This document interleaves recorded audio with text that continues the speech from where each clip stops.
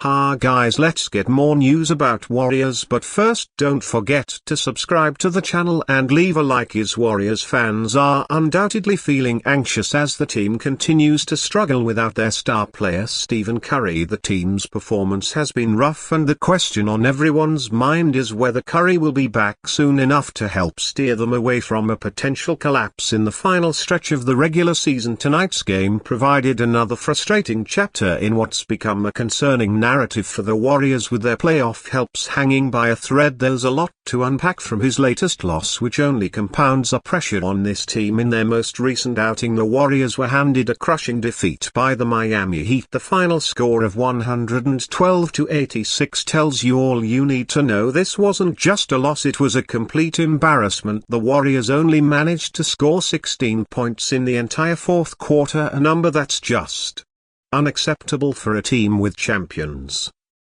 aspirations. It wasn't just the loss that was troubling, but the way they lost. This wasn't just a matter of missing a few shots here and there, but rather a complete and utter collapse of everything that's made the Warriors a successful team in recent years. The offense was non-existent, the defense was porous, and the energy just wasn't there. To make matters worse, Curry's absence was felt more than ever. The Warriors started the game with one of the strangest lineups we've seen in a long time. Steve Kerr made the decision to shake things up, putting Gary Trent into the starting five alongside Moses Moody, Draymond Green and the usual suspects, with Payton at the 4 spot. This move was likely an attempt to inject some energy into the team after a lackluster performance in their previous game against the Atlanta Hawks. Unfortunately, it didn't work. The Warriors came out flat and Miami immediately jumped on them, taking a commanding lead early in the first quarter. Payton was supposed to provide the spark, but instead the team looked even more disjointed. What followed was a performance that had fans shaking their heads and wondering just what went wrong. As bad as the Warriors were, the Heat didn't exactly light it up either. But the real story of the game was Jimmy Butler, who failed to live up to the hype surrounding his return to Miami. This was the game that everyone had been talking about, with national media making it out to be a grudge match with Butler back in Miami for the first time since his departure. However, Butler's performance was underwhelming, to say the least. He finished the game with just 11 points on 5 of 12 shooting, and it was a non-factor for most of the night. At times it felt like he was almost invisible on the court. His shooting was off and he wasn't able to get into the flow of the game. What's more, Butler was repeatedly blocked by Andrew Wiggins, a former Warrior who made several key plays to keep Butler from being any kind of threat. It was a disappointing showing for someone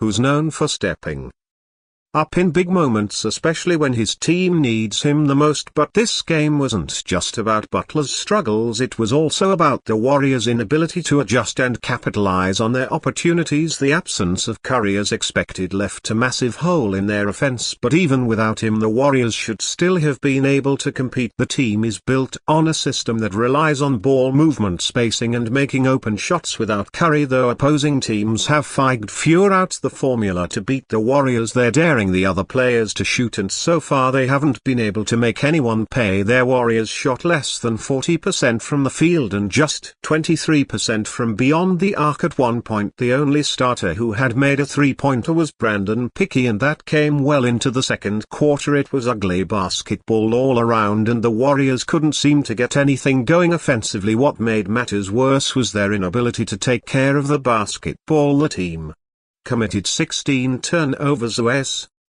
of poor decision-making and lack of discipline, and while they did manage to collect 8 steals, it wasn't enough to make up for all the mistakes they were making on the other end of the floor. As the game wore on, it became clear that the starting lineup simply wasn't working. Draymond Green, usually a reliable contributor, had one of his worst games of the season. He went 0 of 3 from three-point range, and his stat line showed just 2 points, 5 rebounds and 3 assists. Draymond is typically known for making key plays when his team needs him most, but tonight he couldn't find his rhythm. Even Gary Payton, too, who was inserted into the lineup to bring energy, struggled. He finished with a -21 plus-minus rating, which was the worst among the starters. It wasn't all bad though. Brandon, who's been playing well since his return from injury, was one of the few bright spots. He scored 17 points and made some important shots, but even his performance wasn't enough to overcome the disaster unfolding on the court. The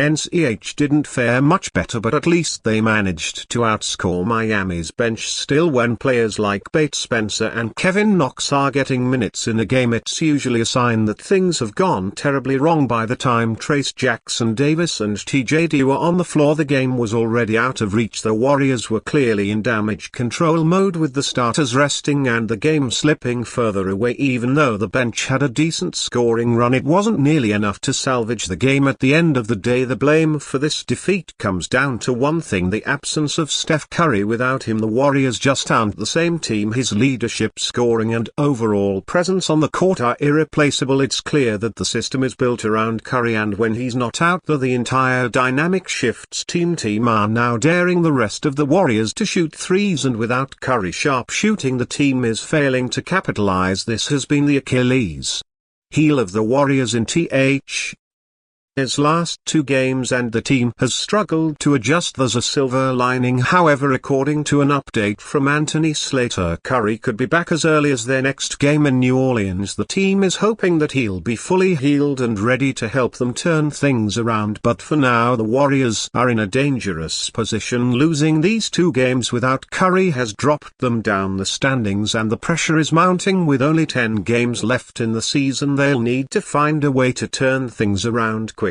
if they want to hold on to their playoff spot. Fortunately, the next few games are winnable, but without Curry it's hard to feel confident about their chances. The Warriors have shown that they can perform without him, but right now that feels like a distant memory. If they want to avoid a nosedive into the play-in tournament, they'll need to pick it up fast. Now the question remains, will Curry's return be enough to save the Warriors' season, or will they fall into a deeper hole that's too hard to dig out of? We'll have to wait and see, but one thing is clear: the Warriors are in trouble and they need to regroup fast if they want to avoid another disappointing postseason run. As we look ahead to the final stretch of the regular season, the pressure on the Warriors is mounting. With Curry's return just around the corner, there's still hope, but this recent two-game losing streak has shown just how fragile this team is without their leader. The Warriors have been through tough times before and they've always found a way to bounce back, but the clock is ticking. They've now dropped 2 games in a row, and with the playoffs on the line, every game becomes more critical. Their Warriors have been lucky enough to escape some of their challenges in previous years, but now it seems like they are finally paying the price for being so reliant on Curry. The system they've built is designed to thrive when he's on the floor, but without him the cracks in their foundation are becoming more and more apparent. The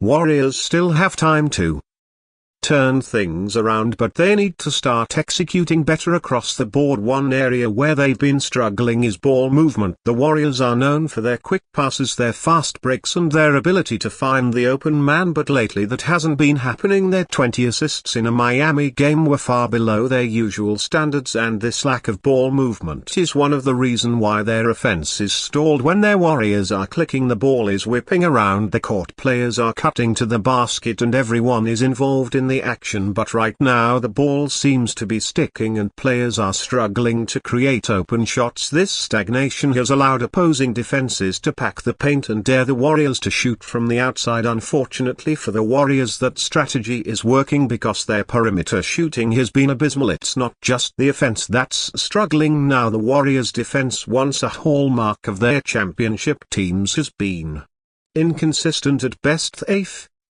They've been giving up far too many easy buckets and their defensive rotations have been sluggish. Without Curry's ability to space the floor and create opportunities for others, the Warriors are having to rely on their defense to keep them in games. Unfortunately, they've been falling short in that area as well. The Heat exposed their defensive flaws, particularly when it came to containing the pick and roll and closing out on shooters. This lack of defensive intensity has made it even more difficult for their Warriors to stay competitive in games without Curry's offensive brilliance to lean on. The Warriors' struggles are even more concerning given the teams they're going to face in the next few games. The Western Conference playoff race is incredibly tight and every game counts. They have upcoming matchups against the New Orleans Pelicans, the San Antonio Spurs, Memphis Grizzlies and the Los Angeles Lakers. All of these teams present unique challenges, but they also represent opportunities for the Warriors to get back on track. The Pelicans and Spurs are both beatable even without Curry, while the Grizzlies and Lakers will be tougher tests. Memphis is a team that has been playing well all season, and with the emergence of John Morant as a true superstar, they will provide a tough challenge for the Warriors. The Lakers, led by LeBron James, have been playing solid basketball as of late, and their size and length could cause problems for the Warriors, especially if they continue to struggle with their shooting and ball movement. The Warriors know that they can't afford to keep dropping games. Their spot in the standings is precarious, and the Clippers are nipping at their heels with only a few games left. It's clear that the Warriors' fate will be determined by how they perform in these crucial matchups. They'll need to step up their game in all areas: offense, defense, and especially effort. One of the biggest questions surrounding this team is whether they can find the energy and intensity they need to make a run at their playoffs. There's no question that they have the talent, but right now they're not playing like a team that's capable of making a deep post-season run. They need to refocus, rediscover their rhythm, and play with the sense of urgency that the situation demands. As for Curry, his return could be the spark the Warriors need to get back on track, but even when he returns, it's not guaranteed that everything will magically fall into place. Curry's presence on the court will certainly help, but the team's issues run deeper than just one player. The Warriors need to make adjustments across the board, whether it's improving their defense, increasing their ball movement, or simply finding the right lineup that can get the best out of every player. Steve Kerr will have to work his coaching magic to get this team back to the level they were playing at earlier in the season. With a healthy Curry back in the fold, their Warriors should have a better shot at competing, but they still need to clean up their mistakes and execute the way they know they can. This is a team that has been through ups and downs before, but the stakes have never been higher. The Warriors have always prided themselves on their ability to turn it on when it matters most, but they can't keep relying on that. It's time to start performing now, because every game from here on out is a must-win. Their Warriors are in a fight for their playoff lives, and the next few weeks will determine whether they can make a deep run or if they'll fall short of their lofty expectations. There's still hope, but it's quickly running out as Curry gets closer to return. It's clear that the Warriors will need him more than ever to keep their playoff hopes alive, and if they can't get things together before the postseason begins, it's going to be a tough road ahead. The pressure is on, and the Warriors know that time is running out to turn this season around. Before we continue, make sure to leave a like and subscribe to the channel so you won't miss any exclusive Dubs updates. Let's keep going. Imagine this: one of their NBA's most iconic players, Kevin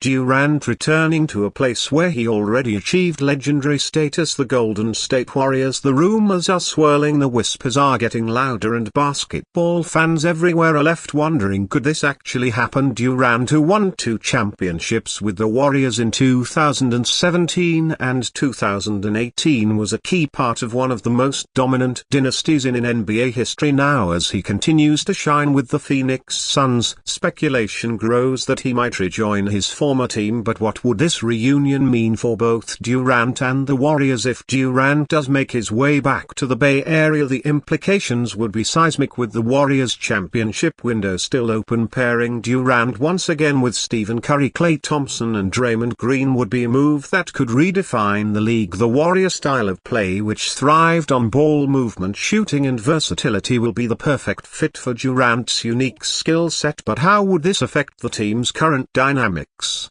particularly with the emergence of young stars like Jonathan Kuminga and Moses Moody? Could Durant's return push the Warriors back into championship contention, or would it stir up internal tensions? While this rumor stirs excitement, it's important to keep in mind that such a move would require more than just wishful thinking. Durant's history with the Warriors, including the bitter exit in 2019 due to an Achilles injury, is still fresh in the minds of many. With the Warriors front office and Durant's camp be willing to overcome any lingering animosities, the possibility of Durant's return adds an unpredictable twist to the already intriguing NBA landscape, and only time will tell if this is a fantasy or a future reality for the Golden State Warriors. Stay updated exclusively with the latest Dub Nation news. Subscribe to our channel and hit the like button to keep getting daily updates on the Warriors. Don't forget to share your thoughts in the comments. Your input is essential for the Dubs community. Stay tuned for the next video.